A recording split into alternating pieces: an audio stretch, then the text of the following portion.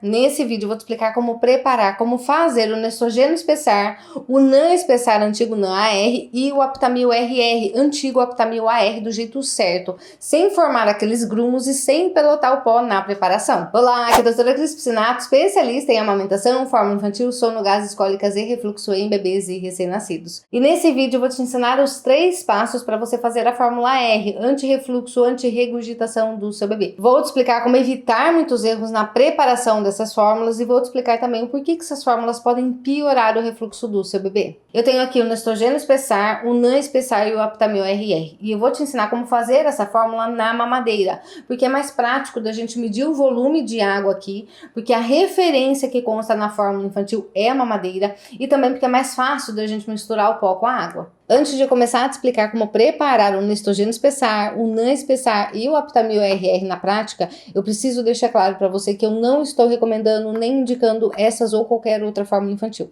Além disso, eu também preciso deixar claro que eu não tenho nenhum vínculo com nenhuma empresa de fórmula infantil, de chupeta, de mamadeira, enfim. O meu compromisso aqui é com você e com o seu bebê. Primeiro passo é você entender o quanto de fórmula infantil você vai preparar para o seu bebê.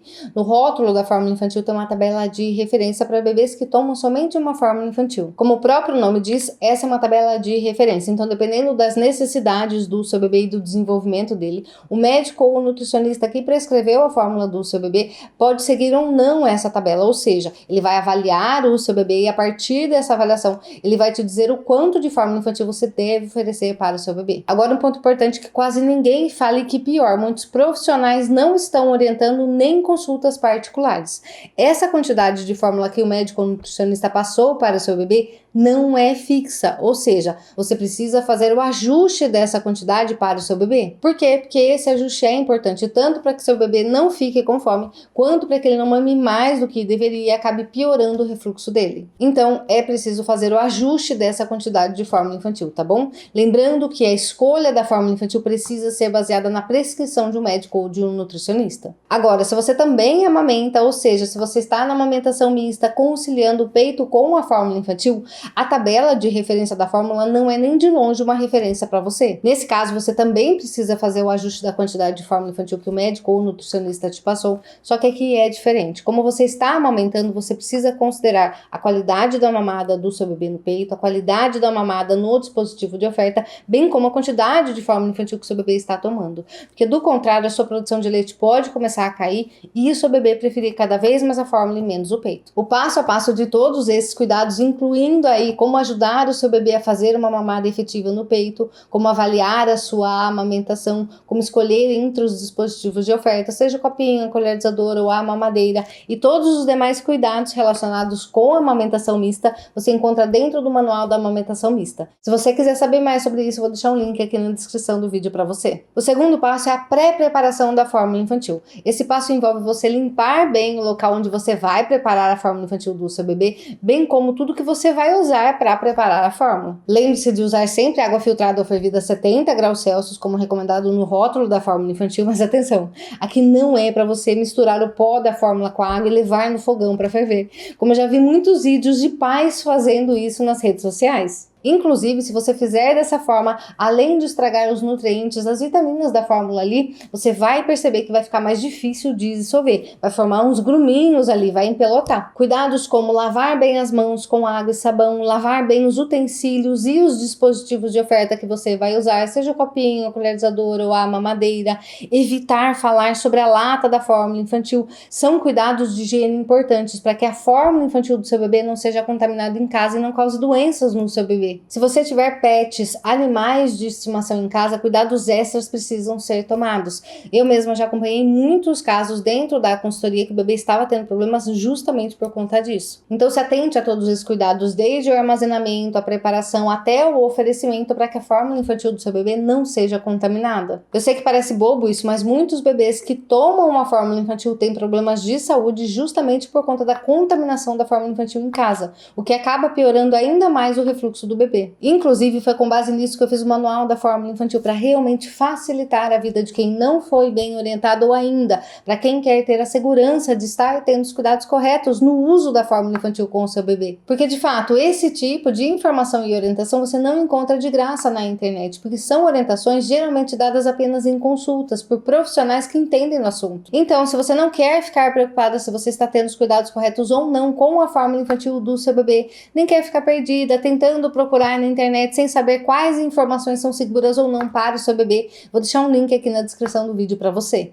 O terceiro passo é a preparação da fórmula infantil na prática, ou seja, misturar os ingredientes na ordem correta. Primeiro a gente adiciona água e só depois o pó. Por quê? Porque se você adicionar o pó antes, você perde a referência de volume. Eu sei que isso parece bobo, mas eu já vi muita gente errando nisso aqui. A quantidade de água que está no rótulo da fórmula infantil é referente à quantidade inicial de água, não é em relação ao volume final de fórmula. Tanto é que você vai perceber que quando você misturar o pó com a água, esse volume vai aumentar. Dependendo da fórmula que seu bebê mama, você vai precisar de 2 mamadeiras para fazer a fórmula infantil para ele. Por quê? Porque uma você vai usar para medir o volume de água e a outra você vai usar para preparar realmente a fórmula infantil do seu bebê. E por que eu tô falando isso? Porque aqui no rótulo da Nestogênio Espessar e da NAN Espessar está escrito que você precisa primeiro adicionar metade da água, adicionar o pó da fórmula, agitar, depois adicionar o restante da água e agitar novamente. E aqui um ponto importante, o modo de preparo descrito no rótulo de ambas as fórmulas infantis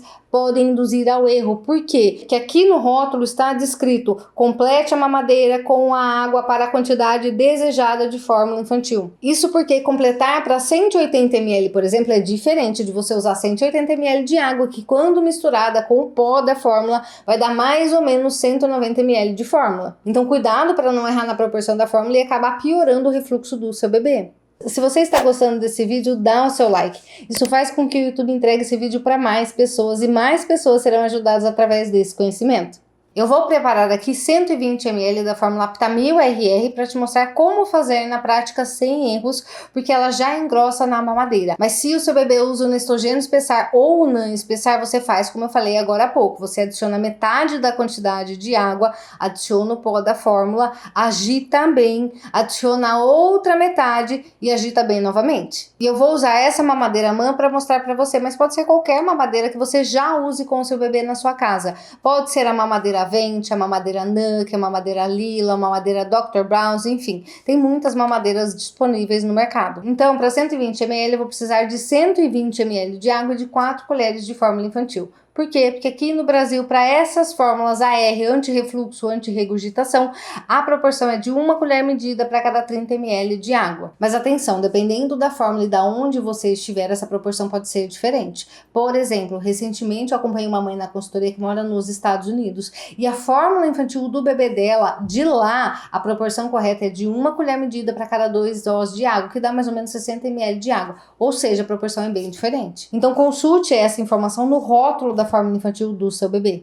Voltando, como eu vou preparar 120 ml de fórmula, eu vou colocar aqui 120 ml de água. Vamos ver. 120 ml de água. E para 120 ml de água, eu preciso de 4 colheres de fórmula. 30, 60, 90, 120. A colher é sempre essa que vem dentro da lata da fórmula infantil. E aqui um ponto importante.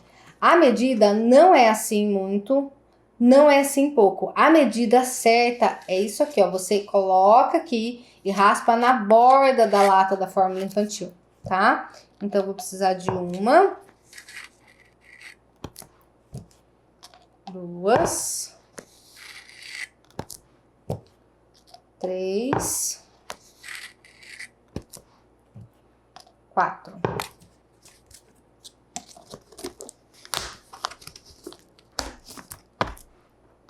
Aí fecha bem aqui e agita. Essas fórmulas, especialmente essas fórmulas AR, você precisa agitar bastante.